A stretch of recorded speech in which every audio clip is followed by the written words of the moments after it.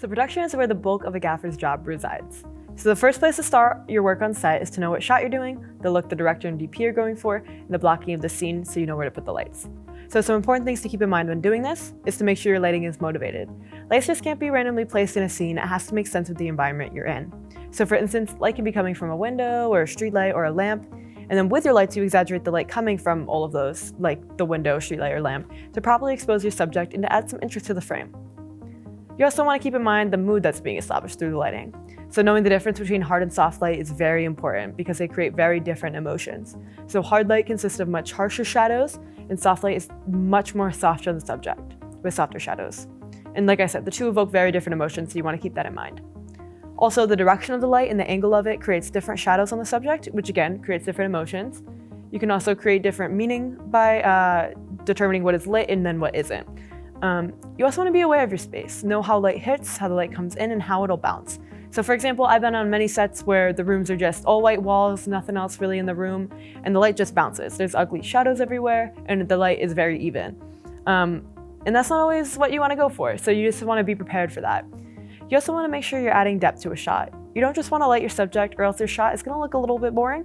So lighting the rest of your scene truly adds some depth and interest to your shot. Now, practicals are a great way for doing this. So say your subject is sitting in their living room. You want to light your subject, but you also want to light some of the room around them so you can get a sense of the environment.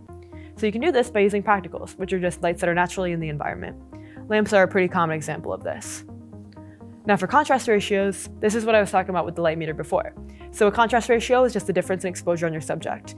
Oftentimes the DP will tell you they want a certain ratio on their subject, and this is a great way to communicate with them. So for example, if they want an 8:1 ratio, for example, which is a much more contrasted look, that means one side is 8 times more darker than the other side.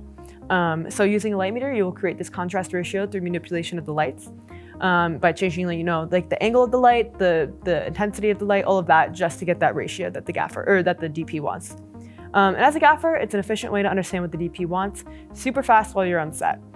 Now, besides lights, you're also going to want to be using flags or road rags. They have a few different names, so bear with me. But this first one here is either called a neg or a solid, and as you can see, it's just this big old flag, and it really just blocks out the light, and creates some shadow where you want some shadow. We also have this diffusion right here. It's also sometimes called a silk, and as you can see, it's just a thin white flag, and it really makes the light softer. This is used pretty often on sets.